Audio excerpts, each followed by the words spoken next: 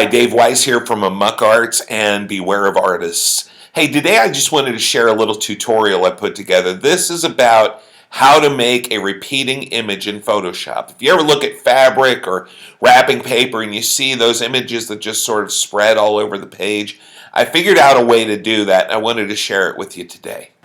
I started off making a black and white drawing. If you notice, I included some half faces on the left and right edges. I did this deliberately, but you don't have to. Adding them changed the process slightly.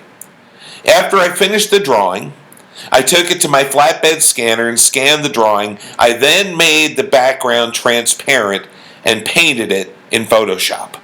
Once the painting was finished, I flattened the image and scaled it slightly in order to give the final piece dimensions that were even numbers.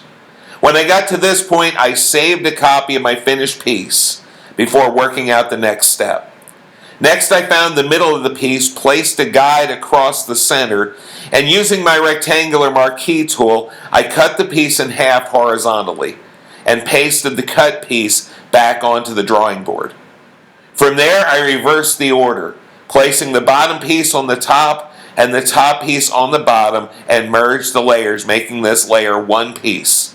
Now, because I didn't want to make my finished piece huge, I shrunk my piece down to 3 inches tall and created a canvas 4 times as large, both horizontally and vertically, placing my piece in the lower corner. Next, I duplicated that layer, flipped this layer horizontally and slid it into place so that the two halves matched up, and then merged the two layers together.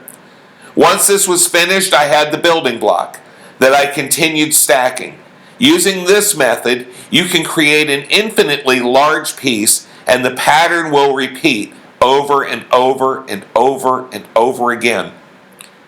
It's a fairly fun and simple process with a lot of applications. Try it.